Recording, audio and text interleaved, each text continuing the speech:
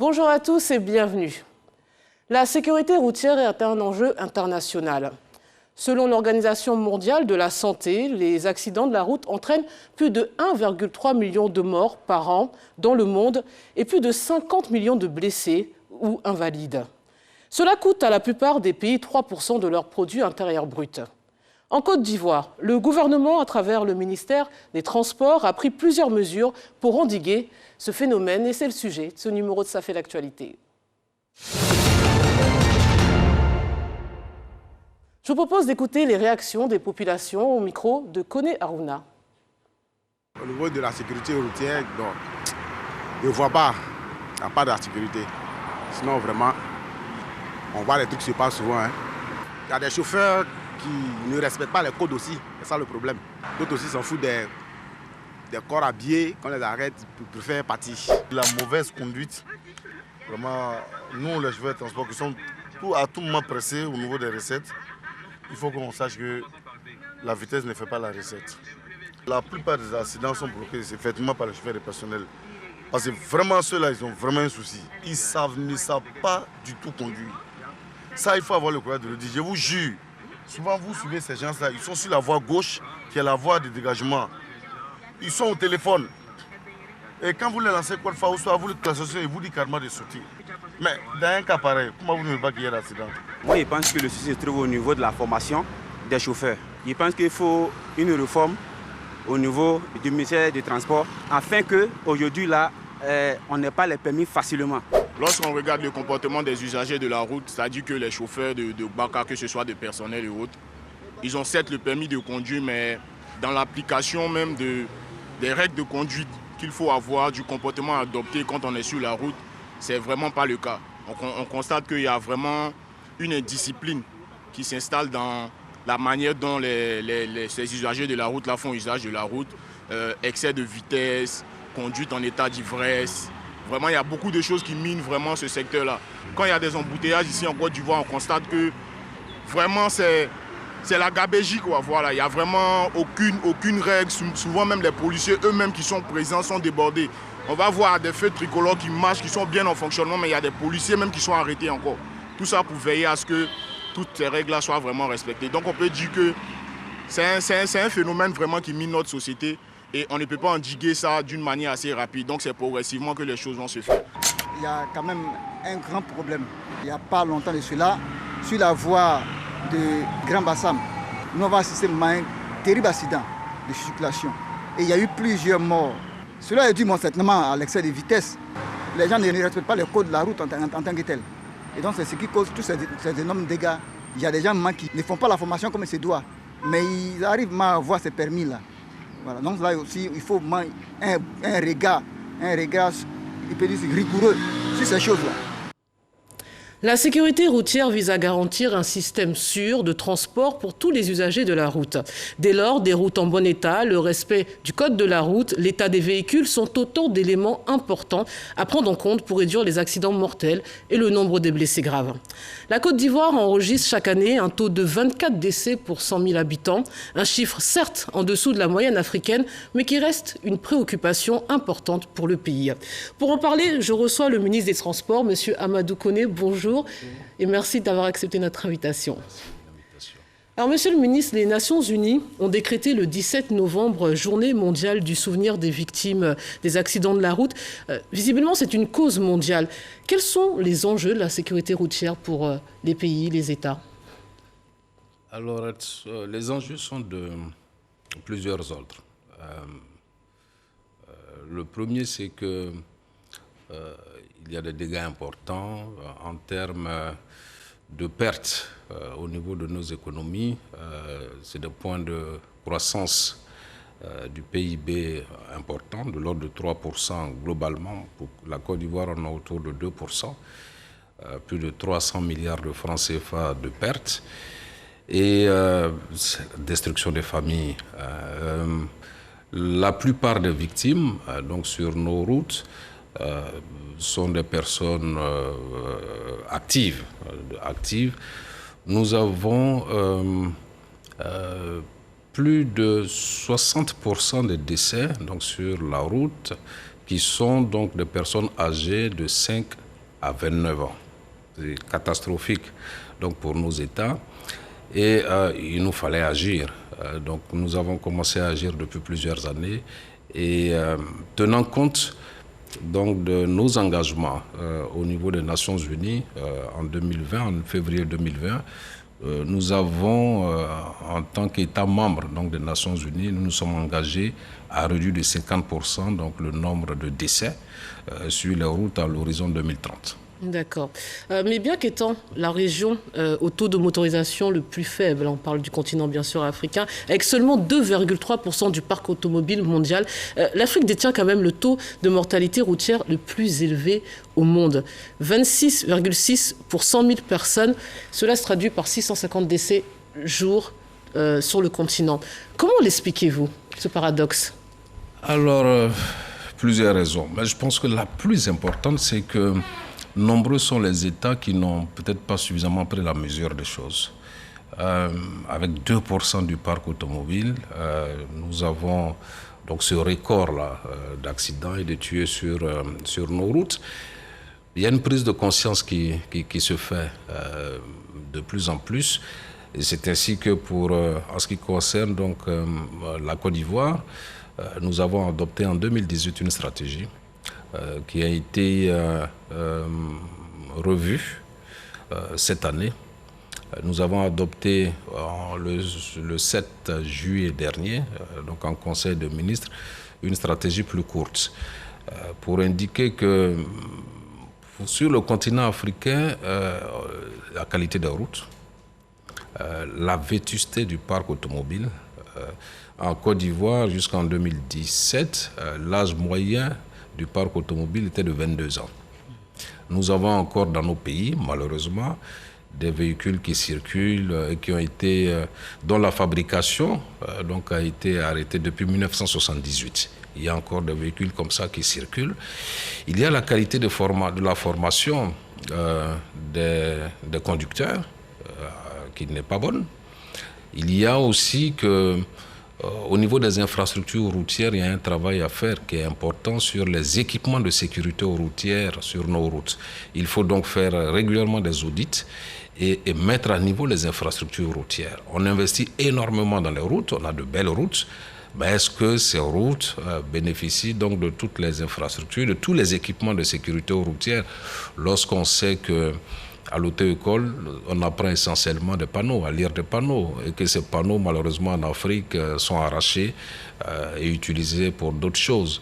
Donc il y a une prise de conscience collective globale qu'il faudra opérer donc, sur l'ensemble du continent. Ce n'est pas particulier à la Côte d'Ivoire. Alors, entre 2019 et 2020, environ 12 000 accidents ont été enregistrés avec 1400 tués. Pouvez-vous nous faire finalement une cartographie des accidents de la route? Quelles villes sont les plus concernées? On sait qu'Abidjan, malheureusement, bat les records en la matière. Et puis, quelles sont les causes principales de ces accidents de la route? Alors, c'est un peu normal qu'Abidjan batte donc ce record parce que sur un parc automobile estimé à 1 230 000 véhicules à peu près, vous avez plus de la moitié de ces véhicules donc à Abidjan. Donc ça s'explique un peu. Nous avons donc fait une cartographie. Et d'ailleurs, c'est la raison pour laquelle nous avons eu cette stratégie resserrée. On a une stratégie décennale, jusqu'en 2030, mais nous avons voulu faire une stratégie donc, resserrée sur 5 ans, au vu donc, de la recrudescence des accidents ces dernières années. Notamment cette année, on a déjà enregistré près de 200 morts sur nos routes. Depuis le mois de janvier. Le mois de janvier, c'est beaucoup. On a fait donc une stratégie donc, révisée qui est beaucoup plus resserrée, qui montre clairement, en fait, qui s'attaque clairement aux axes les plus accidentogènes. Il y en a 5. Lesquels? Abidjan-Ouangolo, donc le corridor nord, avec l'autoroute du nord bien entendu, la route de l'est, donc Abidjan à Bangourou, la route du sud-est, donc Abidjan frontière Ghana, et donc la route de l'ouest, ce que nous appelons nous la route de l'ouest, c'est Yamoussoukro, Daloa, qui doivent être traités de façon particulière, et puis la ville d'Abidjan, où on a 41% des accidents. Donc voilà le tableau en ce qui concerne donc notre pays. Et les principales causes de ces accidents, je m'imagine la vitesse, mais ça ne doit pas être l'unique cause. Alors c'est comme dans tous les pays quasiment maintenant au monde, hein, les causes, c'est pas particulier à la Côte d'Ivoire.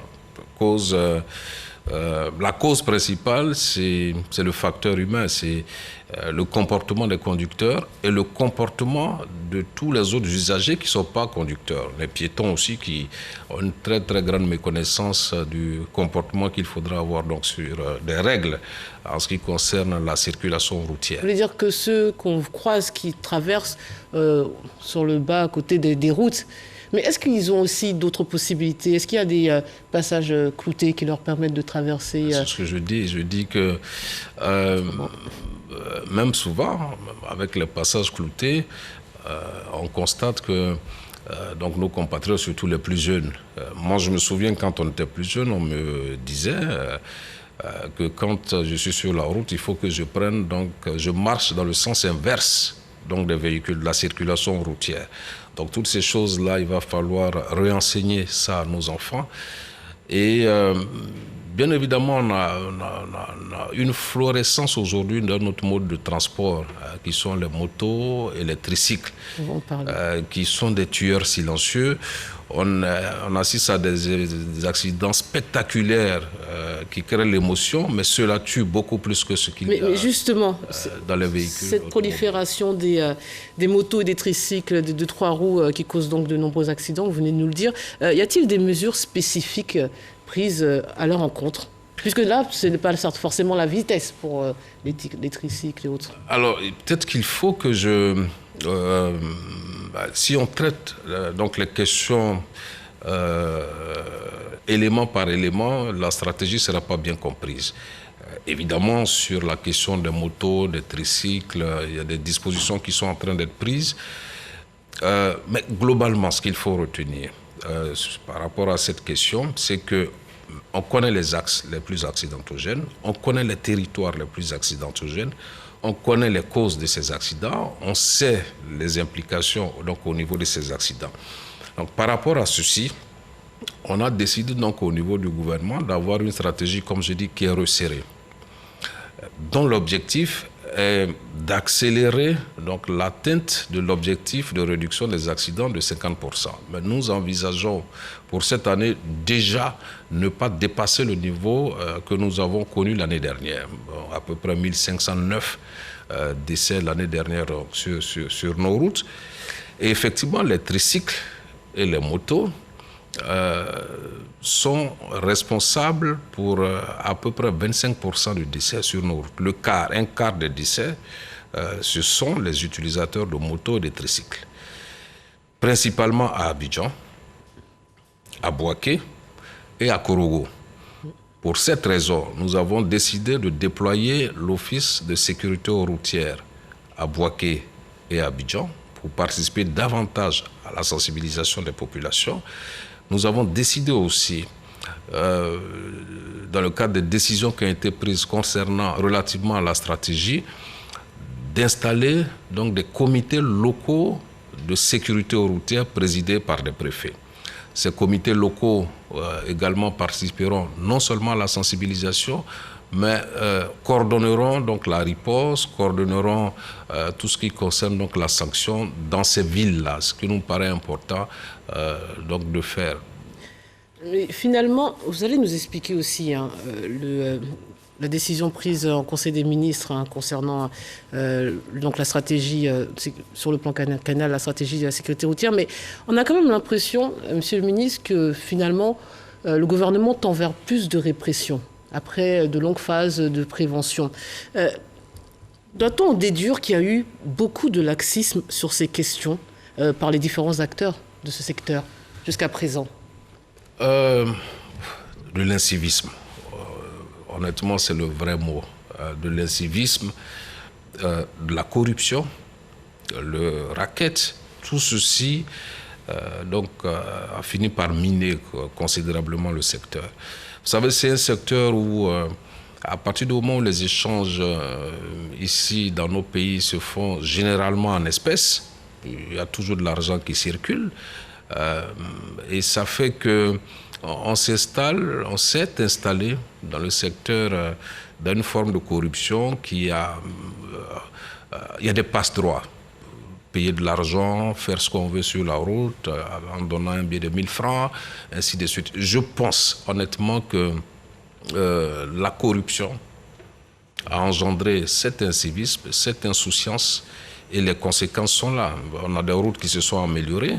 Si vous avez des routes qui se sont améliorées où on peut aller très vite et que l'incivisme s'est installé, la corruption a gangréné le secteur, mais vous vous retrouvez forcément avec les résultats que nous connaissons. Donc, vous voulez dire que finalement, s'il n'y a pas eu de répression jusqu'à présent, c'est parce que les forces de l'ordre, en tout cas les représentants de ces différents services de sécurité, par corruption, n'ont pas été au bout de la logique et n'ont pas réprimandé tous ces actes répréhensibles?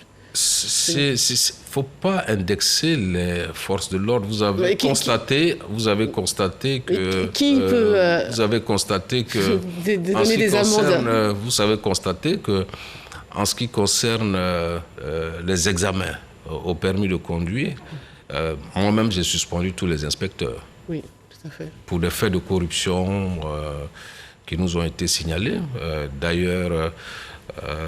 sur l'instruction du président de la République, le ministre de la Justice et le ministre en charge de la lutte contre la corruption ont été saisis et les enquêtes continuent pour approfondir donc les choses. Ça va au-delà. Vous avez des syndicats qui prennent de l'argent, vous avez des propriétaires de véhicules qui exploitent dangereusement et gravement les chauffeurs. Tout ceci pour des questions d'argent. C'est un secteur gangréné. C'est un secteur comme d'autres. Malheureusement, il s'agit de vies humaines, mais c'est un secteur où il faut vraiment beaucoup d'énergie, de courage pour que cesse un certain nombre de choses. À partir de là, je pense que les choses iront mieux. Donc, nous devons vraiment passer à la phase de sanction et c'est ce que nous sommes en train de préparer. Avant de passer à cette importante phase de sanction, nous allons faire une grosse phase de sensibilisation qui va commencer donc le 10 août. Justement, il est annoncé à partir de septembre une vaste opération de répression contre tout manquement au code de la route et lancement effectif de la vidéosurveillance à Abidjan. Il y aura donc forcément plus de contrôles sur les routes ivoiriennes à partir de septembre? À partir de septembre, pas à partir, je crois que les contrôles ont commencé à être accentués. Nous allons faire beaucoup de sensibilisation, beaucoup d'éducation pendant à peu près 3 semaines. On a commencé il y a quelque temps, on va poursuivre cela, accentuer avec beaucoup d'autres acteurs qui vont intervenir dans cette sensibilisation. Je voudrais vraiment profiter de cette occasion pour remercier toutes les bonnes volontés des artistes, des sportifs, beaucoup de leaders d'opinion qui ont décidé d'accompagner donc cette stratégie et la sensibilisation. Mais à partir de septembre, effectivement, après cette phase de sensibilisation, nous allons passer à la répression à 2 niveaux. Premièrement, en ce qui concerne donc le Grand Abidjan, en commençant la vidéo-verbalisation, pour lesquels les tests ont été concluants. Donc nous commençons cette phase. Et pour l'intérieur du pays, donc nous allons déployer davantage de moyens avec les forces de l'ordre, la gendarmerie nationale notamment et la police nationale pour renforcer donc le dispositif de contrôle et de sanctions. Mais en ce qui concerne la vidéo de verbalisation, comment ça va se passer très concrètement? Puisque déjà, même à Abidjan, en Côte d'Ivoire, les adresses ne sont pas, on va dire, c'est difficile de localiser quelqu'un. Donc, comment ça se fait? Soyons concrets, si moi j'ai un véhicule et j'ai un excès de vitesse que vous constatez grâce à cette vidéo de conversation, cette vidéo surveillance, comment vous allez venir à moi? Comment allez-vous y prendre? Nous utilisons la digitalisation, la nouvelle technologie, en collaboration avec le ministère en charge justement de l'économie numérique. On a les bases de données, il faut reconnaître que c'est un travail qui a commencé depuis longtemps, depuis quelques années. On a aujourd'hui, avec notre partenaire technique, nous avons des bases de données sérieuses sur quasiment tous ceux qui ont des véhicules en Côte d'Ivoire, on a les contacts téléphoniques, tout le monde le sait. Et aujourd'hui, on est capable de vous verbaliser directement par téléphone. Et puis, quitte à vous d'aller vous acquitter donc de la contravention ou de vous faire prendre après par la police, parce qu'on aura les moyens, on a mis en place les outils qu'il faut, on a mis en place les moyens qu'il faut pour faire des interpellations ciblées. On sait exactement où vous êtes. Évidemment, si on ne vous prend pas sur la route, on peut même jusqu'à aller chez vous à la maison pour récupérer le véhicule. D'accord. Donc, vous allez mettre tous les moyens en disposition pour éviter l'impunité. Plusieurs organisations de la société civile constatent les efforts déployés par vos services. J'ai eu à leur parler en préparant cette émission. Et ils affirment être souvent associés toutes les campagnes de prévention, notamment côté de Lozère. Mais cependant, ils regrettent de ne pas appartenir au Conseil national de la sécurité. Pourquoi? C'est une requête qui est revenue régulièrement. Il pourra y venir plus tard. Je suis moi-même aujourd'hui à la recherche, par exemple, d'une fêtière des victimes. Vous savez, je pense que quand des victimes ou des parents de victimes parlent donc aux usagers de la route, ils se comprennent, on comprend mieux donc les enjeux. D'abord, pas forcément pour créer de l'émotion, mais je suis ouvert vraiment à intégrer au Conseil national de sécurité routière toute organisation sérieuse donc qui veut vraiment contribuer à cela. À côté de cela, on n'a pas besoin forcément d'être au Conseil national de sécurité routière. Nous travaillons avec des ONG de jeunes qui se sont organisés pour la sécurité routière, qui font énormément de choses aux abords des écoles que nous accompagnons. C'est le sujet que je voulais aborder avec vous immédiatement. C'est une autre problématique qui émeut les populations, donc les écoles en bordure de route. Et les associations qui travaillent sur la question trouvent les actions insuffisantes. Monsieur le ministre, pour bien situer les responsabilités, à qui incombe finalement t-il de prendre les mesures nécessaires pour garantir la sécurité des enfants? Est-ce la commune, la région, vos services, l'établissement scolaire? À qui la faute? Pour mieux comprendre. Alors, c'est pas forcément une question de faute. Il faut savoir que la sécurité routière s'adapte au contexte dans lequel on vit, s'adapte aux causes des accidents, à la récurrence des accidents. Donc elle est dynamique. La politique de sécurité routière est dynamique. Et il était important pour nous d'avoir premièrement cette Commission nationale de sécurité routière qui est quand même très large. À côté de cela, décision a été prise donc, par le Conseil de ministres sur proposition donc, du ministre des Transports de mettre en place des comités locaux de sécurité routière.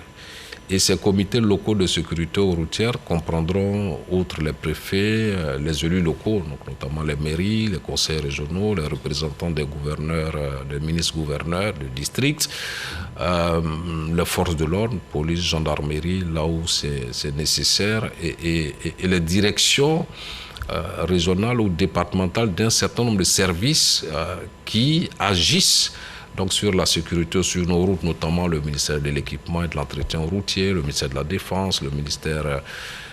donc c'est quoi? Donc on a essayé de décentraliser, on est en train de travailler à décentraliser la lutte contre la sécurité routière. Et le 10, nous allons en marge donc, du lancement de la campagne nationale de sécurité routière procéder à l'installation du comité local de sécurité routière donc d'Abidjan.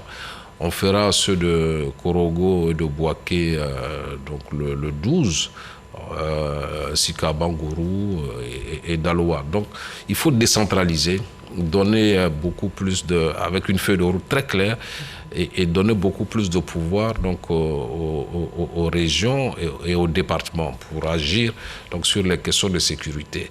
Le ministère de l'Éducation est au Conseil national de sécurité routière. Dans les comités locaux, le ministère de l'Éducation sera également représenté. Et nous sommes, dans le cadre de la stratégie, en train de préparer, donc on va soumettre ça au ministère de l'Éducation nationale. Nous prévoyons qu'il y ait des modules de formation dans les écoles donc pour les enfants.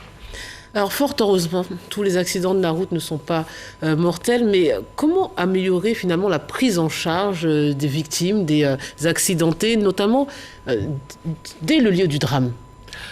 Alors, il faut... C'est une très bonne question, parce que il y a beaucoup d'accidents. Il y a les accidents graves, les accidents mortels. C'est en général ces accidents-là qui sont comptabilisés. Et la prise en charge, donc après l'accident, est fondamentale pour réduire donc la gravité des accidents. Et dans la stratégie, justement, il y a un aspect important sur la prise en charge post-accident. Il faudra mettre en place donc un outil sur lequel nous sommes en train de travailler, justement sur les accidents. Il faut des données donc, sur les accidents. Deuxièmement, le gouvernement a décidé d'instaurer donc une enquête administrative et technique avant d'arriver donc à la prise en charge des blessés, mais il y a une enquête administrative et technique. Vous savez, ce qui est fait jusqu'à maintenant, c'est que dans beaucoup de pays, c'est comme ça. Quand il y a un accident, on essaie de voir les responsabilités immédiates. Le fait de police, enfin, pour des raisons d'enquête policière, qui a raison, qui a tort, saisir après la justice ou l'assurance pour faire réparation. Il faut aller beaucoup plus loin. Il faut des enquêtes techniques et administratives pour connaître toutes les responsabilités d'un accident. Ça peut être l'agent qui a fait la visite technique, qui a donné une attestation de visite technique douteuse. Il doit être interpellé.